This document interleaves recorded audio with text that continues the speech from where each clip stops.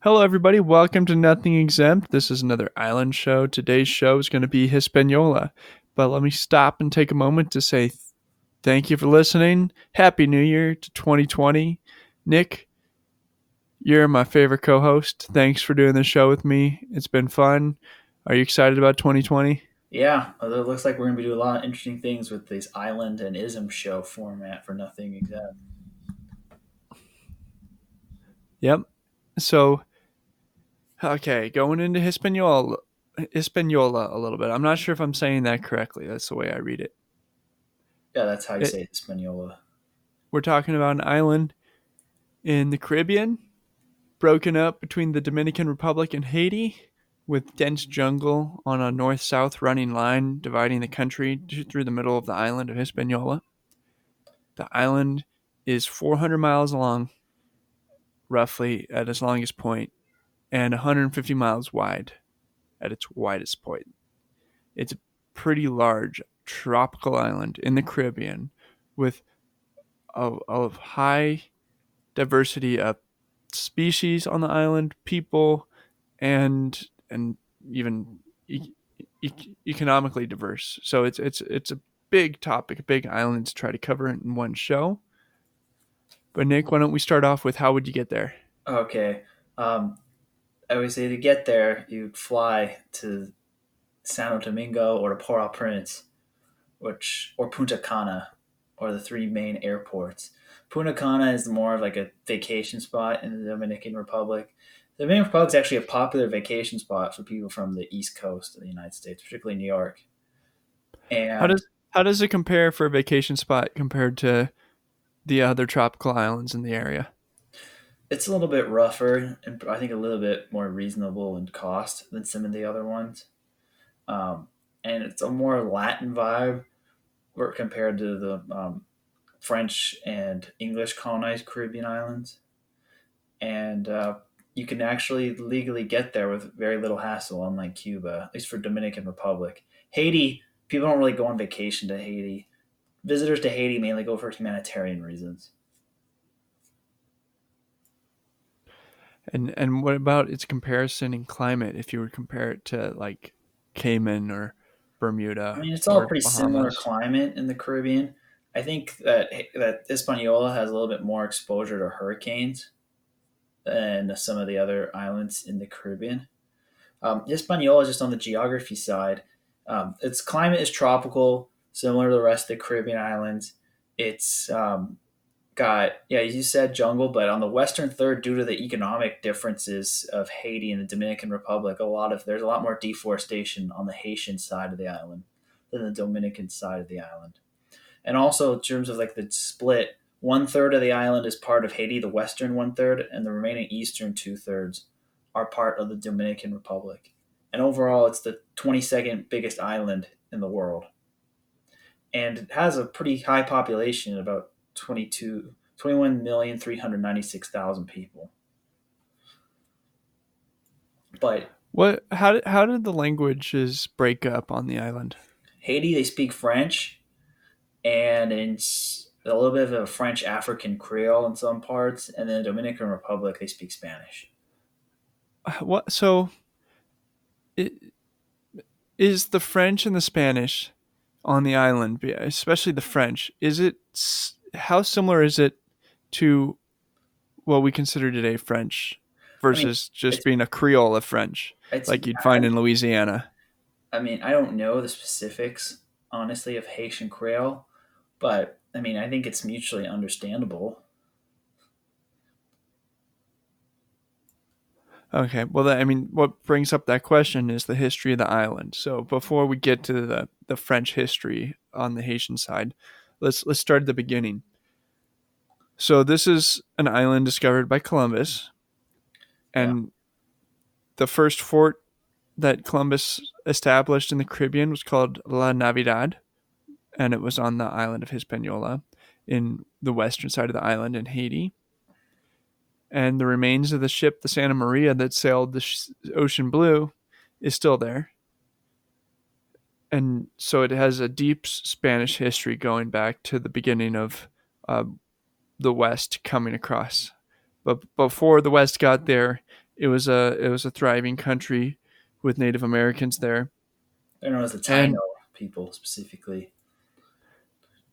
yeah, I don't even think Native Americans is the right word, but what Columbus called Indians were there, and they were devastated by the Spanish.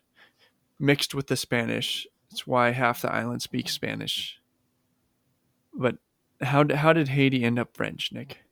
Well, I mean, basically, when the French decided, the Spanish were the first to come and colonize North America, but after the Spanish lost some key battles in the European wars and became less powerful geopolitically, a lot of the other European powers with larger populations and better government organizations came in and started to put a dent in some of the Spanish claims that weren't as well protected. And that's what happened. In 1665 was when Louis XIV first recognized colonization of Haiti. And they ended up taking the western third of Hispaniola to create a sugar plantation colony. And they called it Saint Domingue, which is French for Santo Domingo, which is what Spain called their part of the island. And then if you fast forward to Napoleon and the end of the French, the period of the French Republic, there was a time where the French Republic abolished slavery in all its colonies, and there was a revolt on the island of Hispaniola, among other places, when Napoleon took power and tried to reinstitute slavery on the islands. Can you? Which is easy to remember. Easy to imagine. If you were a slave and you were set free, then a new government tries to come back in and say, "Sorry, we're going back. Everybody, you're slaves again." They're unlike like North America had quite a large. Sorry, I'm mincing words here, and I'm try to think at the same time that I'm speaking. But the United States actually had a low population of slaves in proportion to settlers. Hispaniola Well, at had its peak, a about slaves were 20% of the U.S. population. And in comparison, the island of Hispaniola was a much larger slave center. Yeah, it was about 91% slaves. So when there was a revolt, it tied up a lot of French troops during the Napoleonic Wars, and ultimately, the the island obtained independence. Yeah, I mean, the Haitian Revolution, if you want to learn more about it, um, Mike Duncan's Revolution podcast does a very interesting series about the Haitian Revolution. What's really notable about it from a historical perspective, it was really the first and, and maybe the only like really like major successful slave revolt in world history. Uh, they were able to completely throw out the French, and they didn't just have take over independence. They basically booted or killed like all the former white settlers that fled, and it became the first real like modern state to be run by predominantly former slaves and Africans. Okay, so moving from there, skipping over the 1800s and 1900s, how did we how did in as short as a summary as possible, how did we get from there to where we are today? Well, I mean, there was first of all, in the 1800s, Haiti actually invaded Dominican Republic from Spain, and then the Dominicans rebelled back because they didn't want to be part of Haiti because of some of the racial policies in Haiti, and just there's just a language and cultural divide there. And so then you had two independent countries on this island, and the Dominican Republic and Haiti have both had their history of political turbulence, but they generally have developed in a different way. A lot of it is demographically driven, and also a byproduct of um, just the history behind it. Even though Haiti, when it was part of France, was the most prosperous single colony, in the entire Americas. Nowadays, in terms of GDP per capita and living standards, Haiti is the poorest country in the Americas. Yeah, well, it's hard. They were dealt a tough hand when they they had that moment where they had a successful revolt and then they killed everybody who understood how business worked because of the color of their skin, reverse racism. They had been slaves. No one's really saying that anyone blames them, but when all of the knowledge in your country is now gone on how to run anything, and the whole economy was run on slavery, you have to figure out what you're going to do now They that there's also no had an longer. upper class of like mixed race, free colored people who kind of abused their system and lived like the life of the elite at the expense of the broader Haitian population. Right, but when they had that moment and it was just kaboom, powder keg explodes. How do you get the dust to settle and start over and change your economy completely? And it's just, they never did. Oh yeah, they didn't really develop the infrastructure for like large for manufacturing or a more diverse economy. It was purely just a that's what made it so profitable in the old days and not so profitable now. Is that it was completely reliant on free slave labor to sell one expensive at the time crop and sugar. Sugar is no longer expensive, and slavery is no longer a viable economic model. So it made it tough for them to adapt. Right. So from that moment, I would paper over it and say that it's been a bunch of unsuccessful governments in which none of them have succeeded in developing a real direction for the country to get out of the situation that they found themselves in at the end of slavery. Yeah, there's a lot of corruption involved too, though. But And it's all, I mean, this is all just to be expected. They had a very tough situation to start from and no one's figured out how to get out of the hole. and part of the terms also they had to after the Haitian Revolution and after the Napoleonic Wars, France made a settlement to recognize Haiti's independence in exchange of them having to pay back a lot of the old slave owners and landowners and creating a big debt burden that Haiti was never able to service. And even coming to today, we had a coup in 2004. We've had and then we're we're talking about a country that barely had infrastructure. Then the earthquake hits. You can see that the Dominican Republic did not have the same problems that Haiti had, even though they had similar earthquake. And they get knocked flat. The whole country gets knocked flat again. And to this day, it still hasn't even gotten. They're still in the hole. Can we Well, yeah, talk about the Dominican Republic at all? yeah. I mean, the Dominican Republic is there's Haiti is overwhelmingly the descendants of black slaves.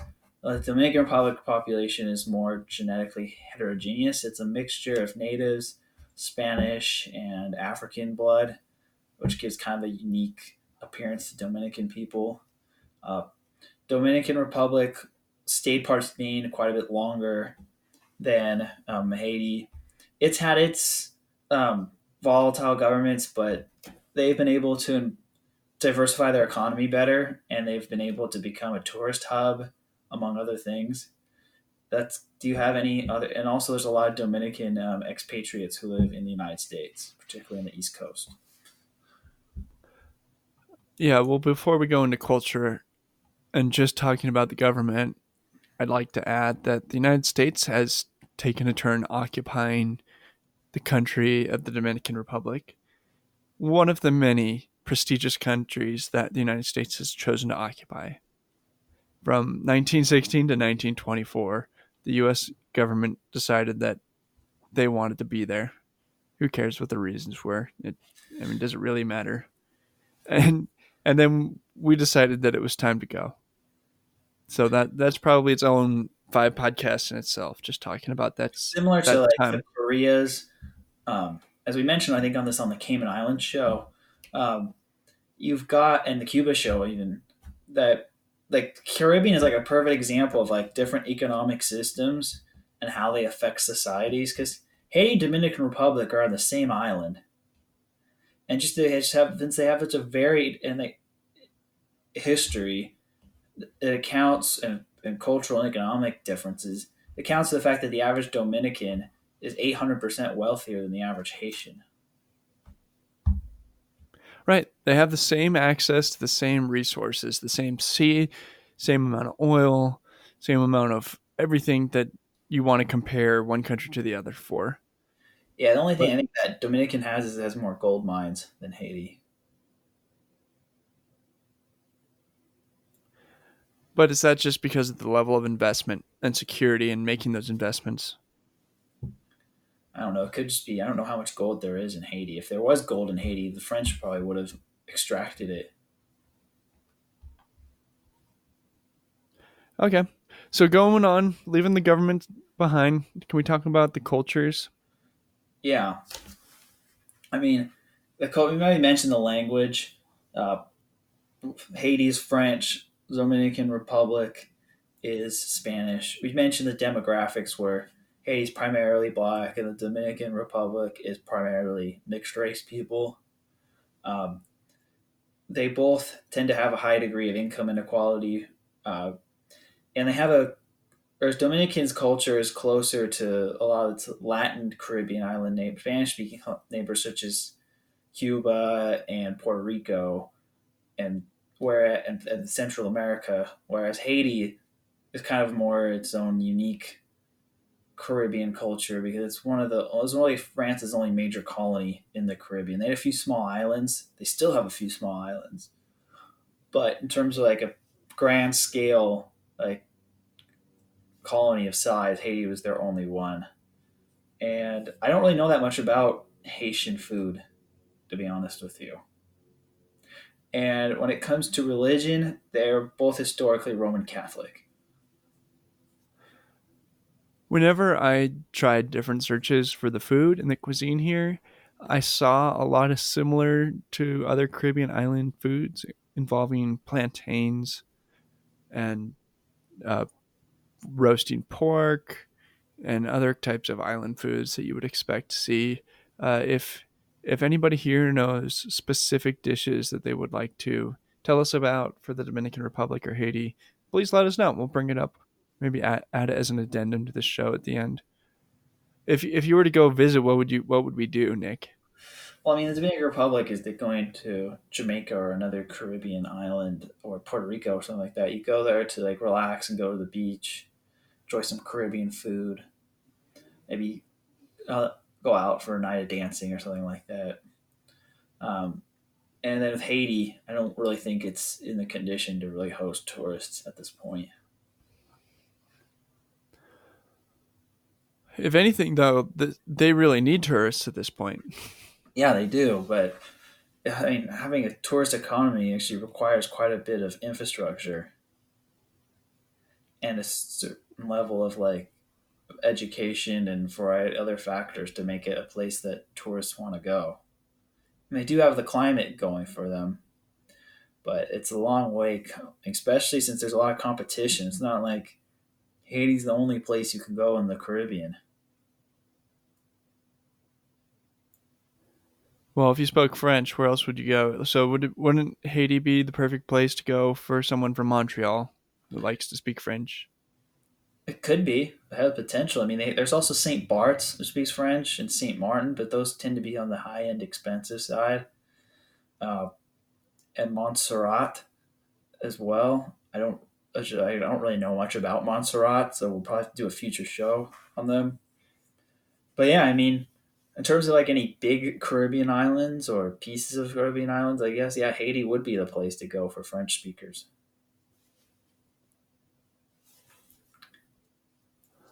When I'm looking to buy tickets for something to do in the Dominican Republic, I see that I can go scuba diving, go on hikes to see uh, waterfalls and other things like that, beach resort type destinations. I think the Dominican Republic probably serves it as a lot of just like other places in the Caribbean for you to go buy a vacation home if you wanted one and you live on the East Coast. Maybe you live in New York, you could get a vacation home in the Dominican Republic fairly inexpensively, and you have a beach house. Yeah. I mean, that's that's what my thoughts are on a tourist. I mean, would you go there personally in the Dominican Republic or Haiti? In the absence of every other option in the Caribbean, then sure, I'd go to the Dominican Republic. And perhaps I might still go to the Dominican Republic or Haiti for something in my life. But there's other islands in the area I would rather see first. And those are simply just because of the language, the the type of island and experience I can have there. I'd love to see the culture and people of Jamaica. I'd love to go to Grand Cayman, the Bahamas, and Antigua. Lots of other islands make it on the list above either country in the island of Hispaniola. What about you, Nick?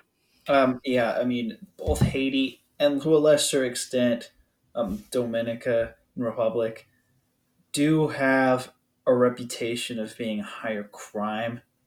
Especially Haiti has a lot of risk of kidnappings, but the kidnappings tend to be more targets of the wealthy elite of Haiti, like family members, because um, it's not a popular tourist spot. It is a risk, though, it, and I don't think I'd go to either right now. To be honest with you, I've been to Barbados and the Cayman Islands, and I'd probably, if I was going to go back to the Caribbean, I'd like to check out the Bahamas first. And if I want to go to a Spanish speaking part, I'd probably go to Puerto Rico before the Dominican Republic. Uh, Mainly because it's part of the U.S., so it makes it a lot more convenient. And actually, that makes it a little bit more me more curious about it because it is part of our country, even though it's not one of the states. I, I mean, it's I've heard a lot of good things about the Dominican Republic as a vacation spot. I've had friends, particularly from the East Coast, who've gone there quite a few times and had a good time. It's just yeah, there's a lot of other islands to go to, and especially in that part of the world. And I would choose those over it, to be honest. I mean, if any Dominican listeners disagree and want to make the case for your country, we'd love to hear it. And I'm liking how I found a place called Ocean World in the Dominican Republic. It looks so much like SeaWorld. It's a zoo. It's a zoo with things like tigers and lions, but also SeaWorld. So that looks like a fun thing to do when you're there, but yeah, it doesn't really affect what I said. I still would put it just slightly below other places on my list. I would still visit though. Just it, I can only do so much on a limited amount of time and budget that I have here on Earth, so I don't know if I'll make it. But Yeah. if you guys are listening and if you have something you'd like to add or subtract to this show, please let us know. You can reach us by going to Nothing Exempt on Reddit, which is our subreddit, or going to Twitter and typing in Nothing Exempt and tweeting at us. And if you'd like to email us directly, you can type in Brian or Nick at nothingexempt.com. I think that'll do it for today's show. Nick, any final words? No, I mean Hispaniola. I think has one of the more colorful and interesting histories of a lot of the islands we've done. So we've kind of just scratched the surface. So if you want to deep dive into it more, there's a lot of supplemental reading. I think the best thing, actually, if you as a supplement to this episode, if you want to learn more about the Haitian Revolution, is again I'll recommend Mike Duncan's Revolution series on it. Okay, thanks everybody. Talk to you soon.